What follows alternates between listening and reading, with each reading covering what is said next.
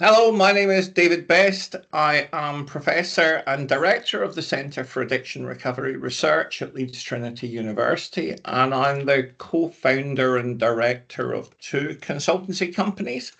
One is STAR, which is a recovery-focused consultancy here in the UK.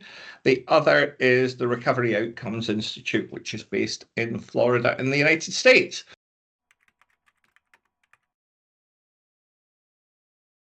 I've worked primarily around desistance from offending and recovery from substance use, which has seen me work with the probation service, with the prison service, here and internationally, but primarily with recovery communities.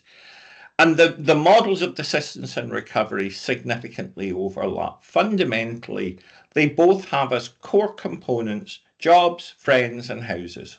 Somewhere to live, someone to love, something to do.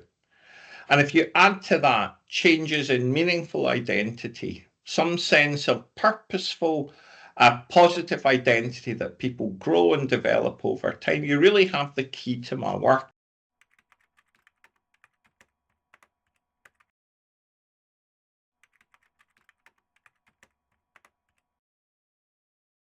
So the first thing that I would say to everybody is relationships are absolutely fundamental. In my work, I use an acronym called CHIME, and CHIME stands for connectedness, hope, identity, meaning, and empowerment.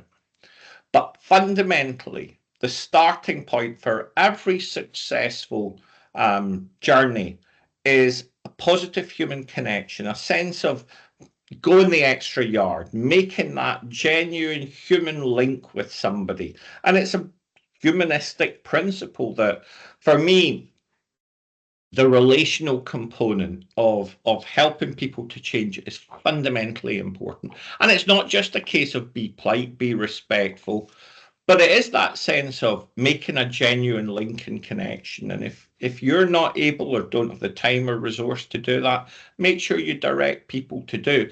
But I would caution and warn that if you don't do that, work can become a very empty, bleak place. So make those relationships matter with the people you work with your colleagues, and with external partners.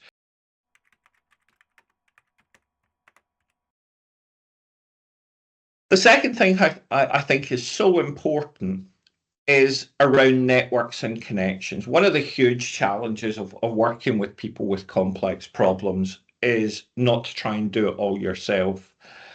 I'm slightly skeptical about the idea that sitting across from a desk from anyone, regardless of what skills you have as a therapist, is enough in itself. So for me, one of the core things is to know how to effectively engage people with community resources. And community resources in this sense means three different types of things from a strength-based perspective.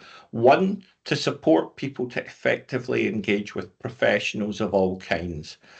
Whatever that takes from your point of view, help people to engage effectively with housing, mental health services, primary care, addiction services. Second, help people to engage effectively with those specialist supports that are community and peer driven.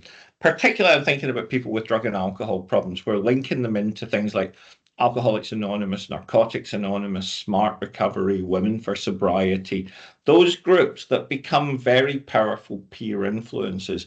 But the third part is just as important, and that's linking people into those Indigenous resources and communities, social clubs, churches, libraries, informal groups of people who act as the cement in communities, and having a knowledge of them and being able to link people into them both means you're not expected to sprinkle magic dust in people in the half hour or 45 minutes you have with them.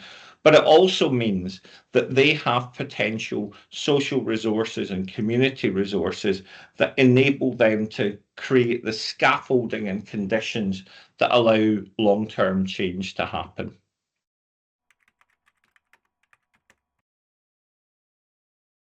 The third piece of advice is really be patient, at least from an addictions point of view.